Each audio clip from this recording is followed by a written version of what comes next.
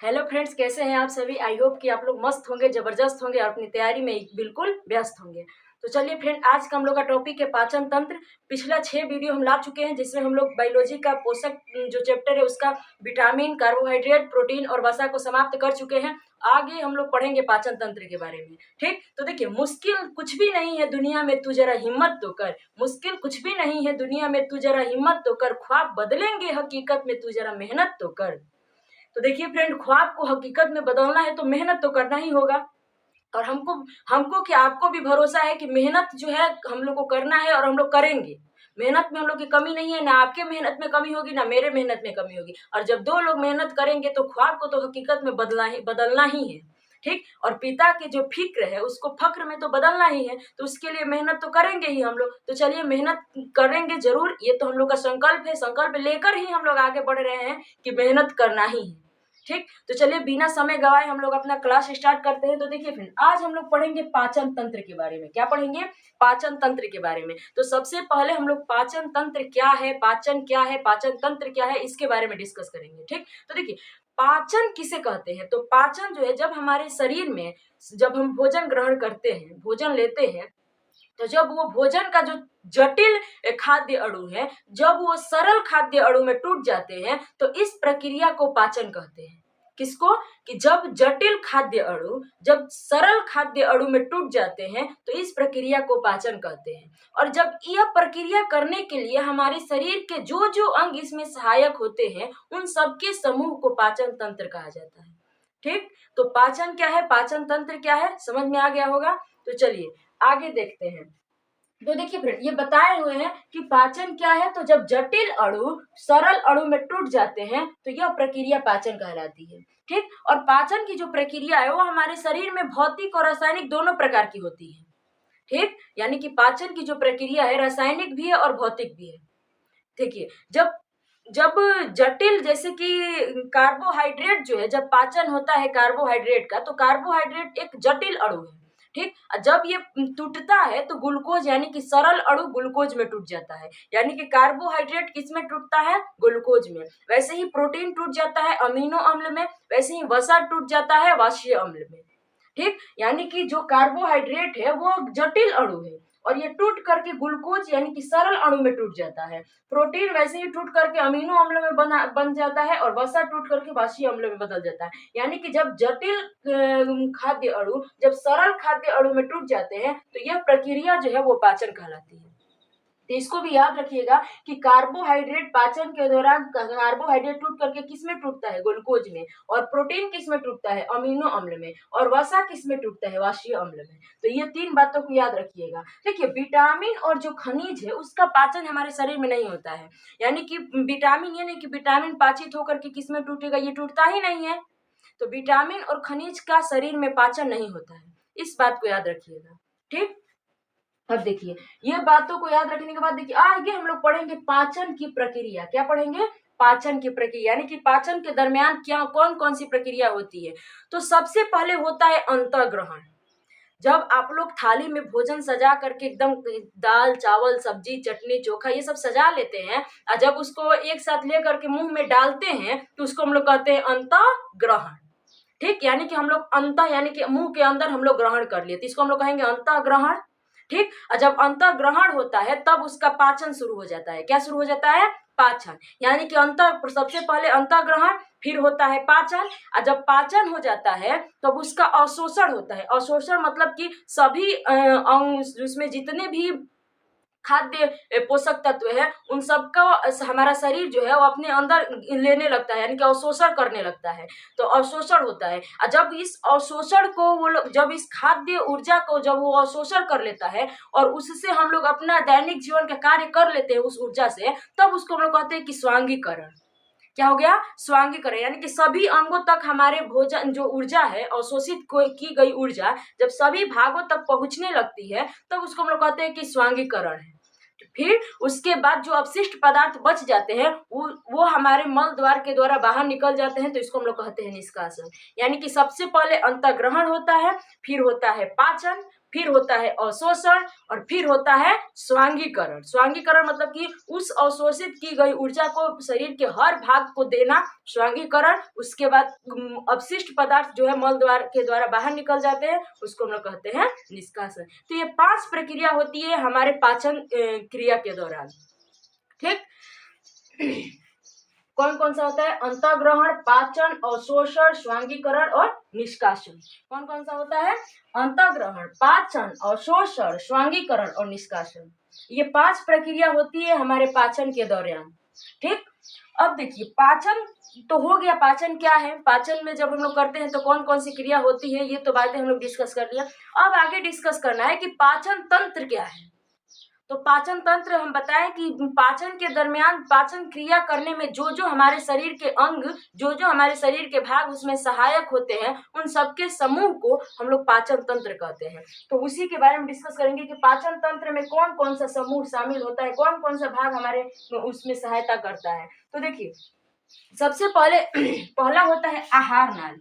क्या होता है? आहार नाल। और दूसरा होता है ग्रंथि। अगर हम लोग पूरे पाचन तंत्र को 2 भागों में बांट करके देखा जाता है। एक उसको देखा जाता है कि जो जिसको हम लोग कहते हैं आहार नाल, जिसमें सभी अंग शामिल होते हैं जो हमारे पाचन तंत्र में सहायक होते हैं।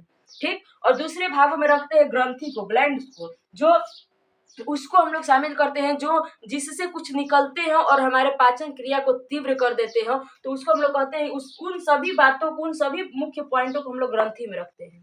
यानी कि पाचन तंत्र को 2 भागों में रखा जाता है। एक को बोलते हैं आहार नाल, दूसरा को बोलते हैं ग्रंथि। ठीक, देखिए आहार नाल जो है इसकी लंबाई कितनी होती है? तो 9 मीटर। इसको याद रखिएगा, ये एग्जाम में पूछा हुआ है कि हाँ मनुष्य में आहार नाल की लंबाई कितनी होती है? तो 9 मीटर। अगर इसको हम लोग फुट में देखें तो 32 फुट। कितना होता है? 32 फुट। इसको याद रखिएगा कि आहार नाल की लंबाई कितनी होती है? तो 9 मीटर। अगर इसको हम लोग फुट में देखें तो 32 फुट। ठीक, अब देखिए आहार नाल में कौन कौन से अंग शामिल होते हैं उसके बारे में हम लोग डिस्कस करेंगे। ठीक, देखिए सबसे पहले होता है मुख गुहा। क्या होता है? मुख गुहा। यानी कि जो हमारा मुंह है इसको हम लोग क्या कहते हैं? मुख गुहा। क्या कहते हैं? मुख गुहा। तो सबसे पहले होता है शामिल इसमें मुख गुहा। पहला पाचन तंत्र का पहला अंग कौन सा होता है? पहला भाग कौन सा होता है? मुख गुहा।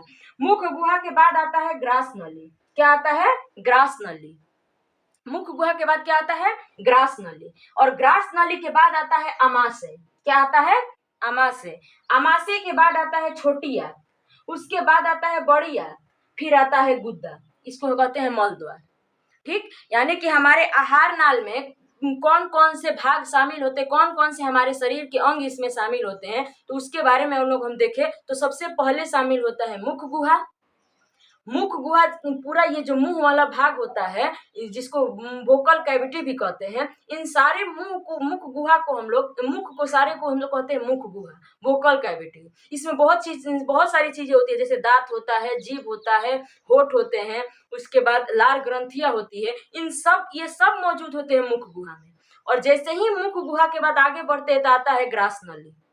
ठीक, और ग्रास नली के बाद जैसे आगे बढ़ेंगे तो आएगा अमाशय। अमाशय के बाद छोटी आंत, छोटी आंत के बाद बड़ी आंत, बड़ी आंत के बाद मल द्वार या गुद्दा। ठीक, ये सारे अंग हमारे शरीर में पाचन तंत्र में सहायक होते हैं। ठीक, देखिए जैसे हम लोग एक छोटा सा फिगर से समझ लेते हैं। फिगर कहाँ बना? देखिए यहाँ पे फिगर बनाते हैं, आप लोग फिगर से समझिएगा। ठीक, देखिए मान लीजिए, देखिए फिगर तो अच्छा बनाने आता नहीं है पर आप लोगों को समझाने की कोशिश करेंगे। ठीक ना? देखिए मान लीजिए कि ये हो गया एक इंसान और ये उस मुंडी हो गई, बस समझाने के लिए बना रहे हैं दोस्तों। ठीक ना?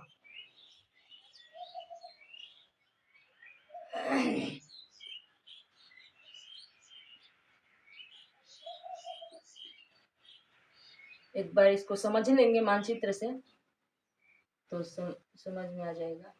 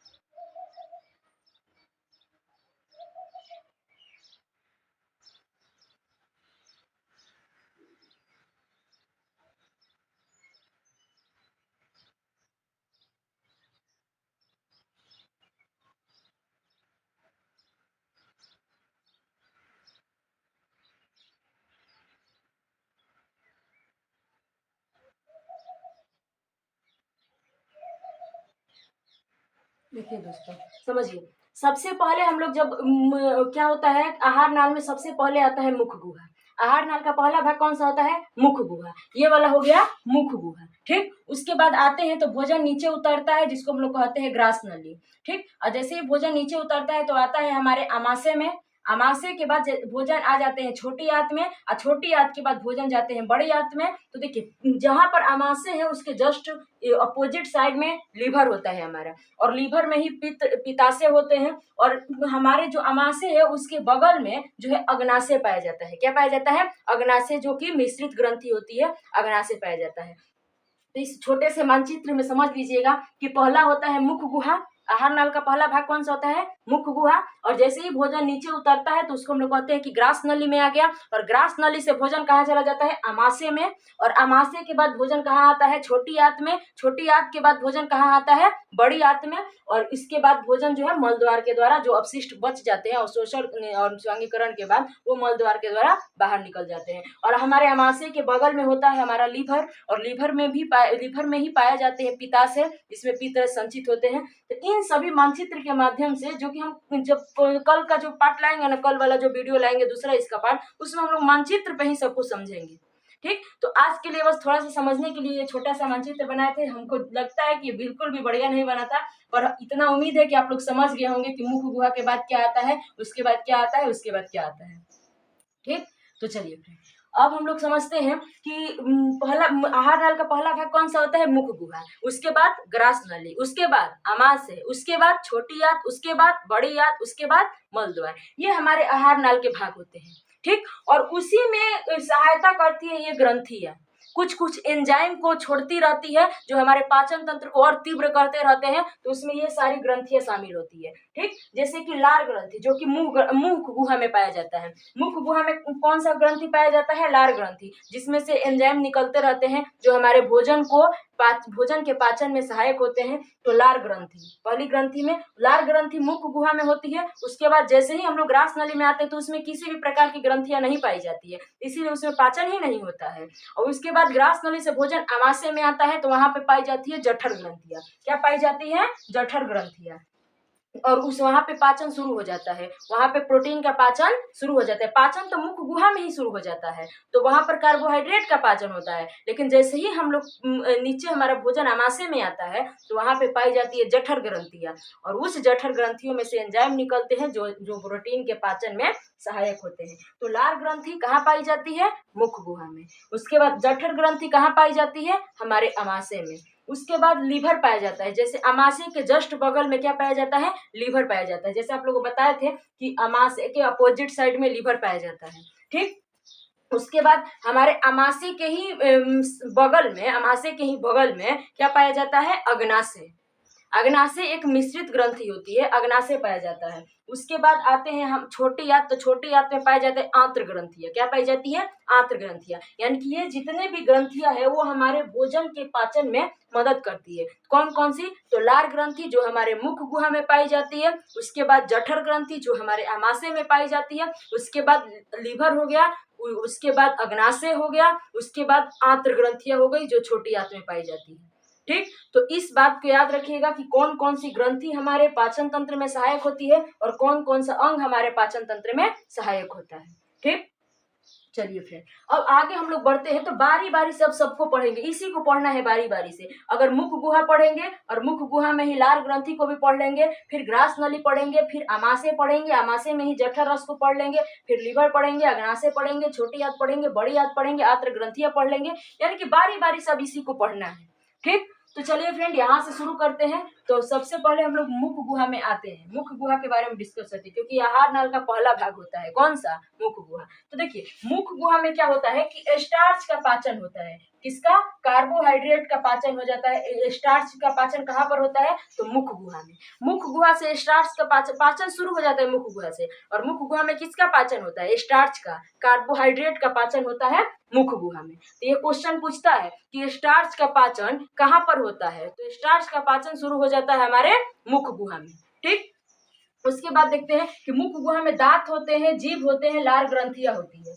क्या होते हैं? दांत होते हैं, जीभ होते हैं, लार ग्रंथियां होती है, ये सब पाए जाते हैं हमारे मुख गुहा में। और मुख गुहा को बंद करने के लिए 2 होठे पाई जाती है। ठीक, तो ये मुख गुहा में पाया जाता है दांत, जीभ, लार, ये सब के बारे में हम लोग पढ़ेंगे। ठीक, तो देखिए सबसे पहले हम लोग पढ़ते हैं लार ग्रंथि। किसके बारे में पढ़ेंगे हम लोग? लार ग्रंथि। तो देखिए लार ग्रंथि पहले तो याद रखिएगा कि ये कहाँ पाया जाता है, तो हमारे मुख गुहा में। ठीक, और देखिए इसका पीएच मान कितना होता है, तो 6.5। कितना होता है? 6.5, यानी कि यह दुर्बल अम्लीय प्रवृत्ति का होता है। कैसा होता है? दुर्बल अम्लीय। जैसे कि देखिए फ्रेंड, जब हम लोग जब एक होता है पीएच स्केल, अगर इस 7 पर कोई भी चीज है जो कि कोई भी पदार्थ हो वो उदासीन होता है, और जैसे 7 से इधर बढ़ते जाएंगे तो ये अम्लीय होता जाएगा, और 7 से इधर बढ़ते जाएंगे तो ये क्षारीय होता जाएगा। तो देखिए लार ग्रंथि का पीएच मान 6.5 है, तो यहाँ पे आएगा 6.5, तो ये क्या हो जाएगा? अम्लीय प्रवृत्ति का, यानी कि जो लार होते हैं वो अम्लीय प्रवृत्ति के होते हैं। ठीक, इसको याद रखिएगा। उसके बाद देखते हैं कि लार में 3 जोड़ी लार ग्रंथियां पाई जाती है। हमारे लार ग्रंथि में कितनी जोड़ी लार ग्रंथियां पाई जाती है? 3 जोड़ी। कौन कौन सी? तो पहला हो गया पैरोटिड, दूसरा हो गया सबलिंगुअल, और तीसरा हो गया सबमैंडिबुलर। यानी कि हमारे मुख गुहा में 3 जोड़ी लार ग्रंथियां पाई जाती है। कौन कौन सी? तो पहला हो गया पैरोटिड, दूसरा हो गया सबलिंगुअल, तीसरा हो गया सबमैंडिबुलर। इन तीनों लार ग्रंथियों को याद रखिएगा। 3 जोड़ी लार ग्रंथियां पाई जाती है, और कौन कौन सा? पैरोटिड, सबलिंगुअल और सबमैंडिबुलर। पैरोटिड जो कि हमारे मुख गुहा की जो लार ग्रंथियां होती है उसमें तीनों में सबसे बड़ी लार ग्रंथि कौन सी होती है? पैरोटिड। इसको याद रखिएगा कि इन तीनों में सबसे बड़ी कौन सी होती है? पैरोटिड। उसके बाद सब मैंडिबुलर में भी एक फैक्ट को याद रखना है कि यह सबसे ज्यादा लार को उत्पादन करती है। इन तीनों में से इन तीनों ग्रंथियों में से लार स्रावित होता है, लार निकलते हैं, लेकिन इन तीनों में सबसे ज्यादा लार कौन निकलता है? तो सब मैंडिबुलर। कौन निकलता है? सब मैंडिबुलर। सर्वाधिक लार का उत्पादन करता है सब मैंडिबुलर। तो 2 फैक्ट इनसे याद रखिएगा कि पैरोटी जो कि सबसे बड़ी, सबसे हमारे शरीर की सबसे बड़ी नहीं, इन तीनों में सबसे बड़ी ग्रंथि होती है पैरोटिड। इन तीनों में, केवल पूरे शरीर में सबसे बड़ी नहीं होती है, इन तीनों में सबसे बड़ी होती है पैरोटिड। उसके बाद सब मैंडिबुलर में याद रखिएगा कि इससे सर्वाधिक लार का उत्पादन करती है सब मैंडिबुलर। इन तीनों में सबसे ज्यादा लार कौन बनाता है? सब मैंडिबुलर। तो इसको याद रखिएगा। देखिए हमारे लार ग्रंथि से एंजाइम निकलते हैं। क्या निकलते हैं? कुछ एंजाइम भी निकलते हैं। कौन कौन से एंजाइम निकलते हैं उसके बारे में डिस्कस करते हैं। तो 2 प्रकार के एंजाइम निकलते हैं। एक होता है टाइलिन। क्या होता है? टाइलिन। और एक होता है लाइसोजाइम। इस टाइलिन को हम लोग सलाइवरी एमाइलेज भी कहते हैं। क्या कहते हैं? Salivary amylase. क्योंकि इसको सलाइवरी एमाइलेज क्यों कहते हैं? क्योंकि एमाइलेज जो है, जब हम लोग अग्नाशय पढ़ेंगे तो वहां पे भी एमाइलेज नाम के एक एंजाइम निकलते हैं, तो वहां के उसको हम लोग एमाइलेज कहते हैं। लेकिन जो हमारे टाइलिन है, जो टाइलिन है, उसको हम लोग सलाइवरी एमाइलेज भी कहते हैं। क्योंकि देखिए लार ग्रंथि से भी एमाइलेज निकलते हैं, एमाइलेज एंजाइम, तो उस एमाइलेज को हम लोग सलाइवरी एमाइलेज कहते हैं, ताकि कंफ्यूजन ना हो कि ये मुख गुहा वाला एमाइलेज है कि अग्नाशय वाला एमाइलेज है। तो इसीलिए हम लोग इसको सलाइवरी एमाइलेज कहते हैं, जिसको हम लोग टाइलिन भी कहते हैं। क्या कहते हैं? टाइलिन। और एक और निकलता है जिसको हम लोग कहते हैं लाइसोजाइम। तो टाइलिन का क्या काम है? टाइलिन एंजाइम क्या करते हैं? पहले ही बता दिया आप लोगों को कि एंजाइम जो है वो भोजन के पचाने में मदद करता है। भोजन में जो जटिल अणु होते हैं उसको सरल तोड़ने में मदद करता है। तो देखिए टाइलिन क्या करता है कि स्टार्च को, जो कि कार्बोहाइड्रेट है, स्टार्च को माल्टोज में बदल देता है। क्या करता है कि स्टार्च को माल्टोज में बदल देता है। इसको याद रखिएगा, क्वेश्चन पूछता है कि टाइलिन क्या करता है। तो टाइलिन जो है वो हमारे स्टार्च को किसमें बदल देता है? माल्टोज में बदल देता है। किसमें बदलता है? माल्टोज में बदल देता है। ठीक, याद रखिएगा। तो लाइसोजाइम क्या करता है? तो यह भोजन में जो जीवाणु आते हैं, जो बैक्टीरिया आ जाते हैं, उसको मारने का काम कौन करता है? लाइसोजाइम।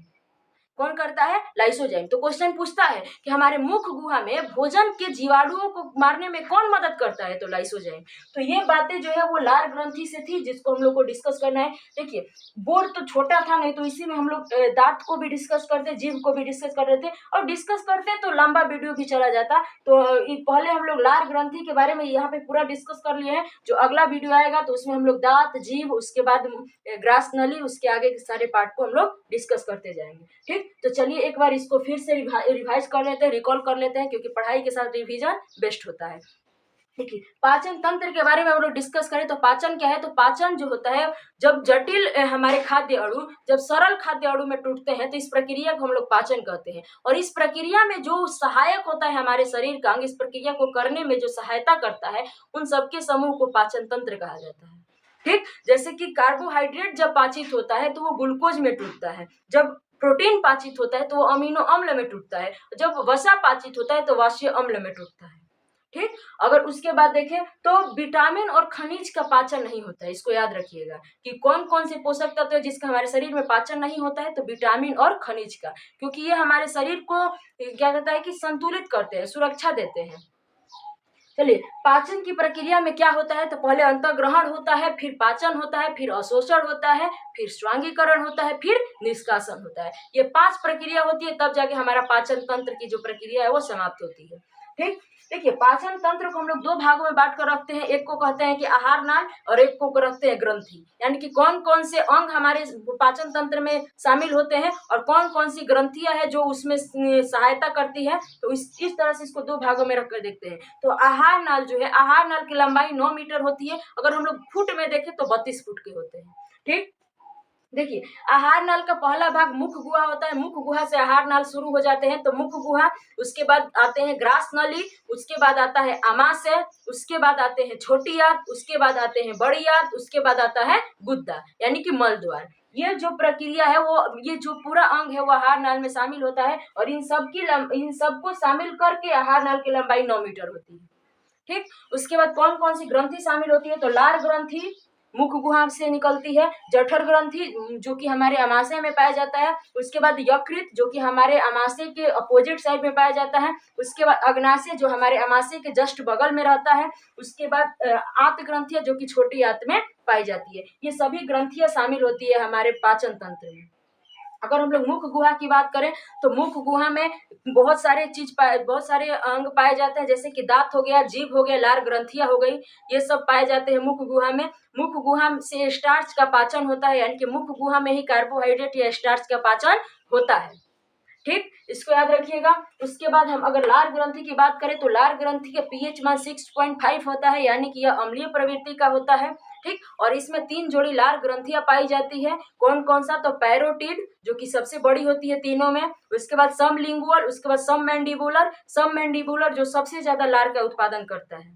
ठीक, उसके बाद हम लोग देखते हैं कि लार ग्रंथि से कौन कौन से एंजाइम निकलते हैं, तो 2 प्रकार के एंजाइम निकलते हैं। पहला हो गया टाइलिन और एक होता है लाइसोजाइम। टाइलिन जिसको हम लोग सलाइवरी एमाइलेज भी कहते हैं और एक होता है लाइसोजाइम। तो टाइलिन या सलाइवरी एमाइलेज क्या करते हैं, तो ये हमारे स्टार्च को माल्टोज में तोड़ देते हैं। किसको, स्टार्च को माल्टोज में।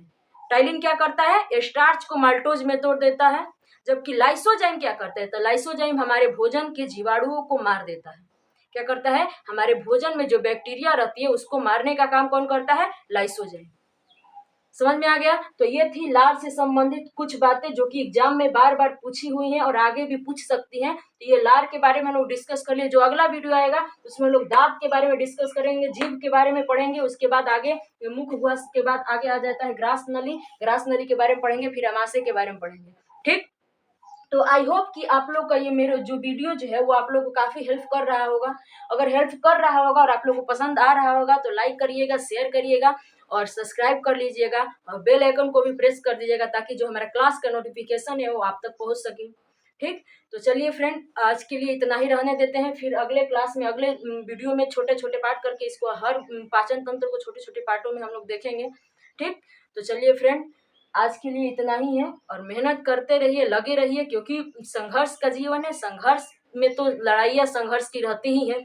तो मेहनत करते रहिए, लगे रहिए, क्योंकि समस्या का आना पार्ट ऑफ लाइफ है और इसको नस्ते नाबूद कर देना, इसको समाप्त करना, इससे लड़ना आर्ट ऑफ लाइफ है। ठीक, तो थैंक यू फ्रेंड, जय हिंद।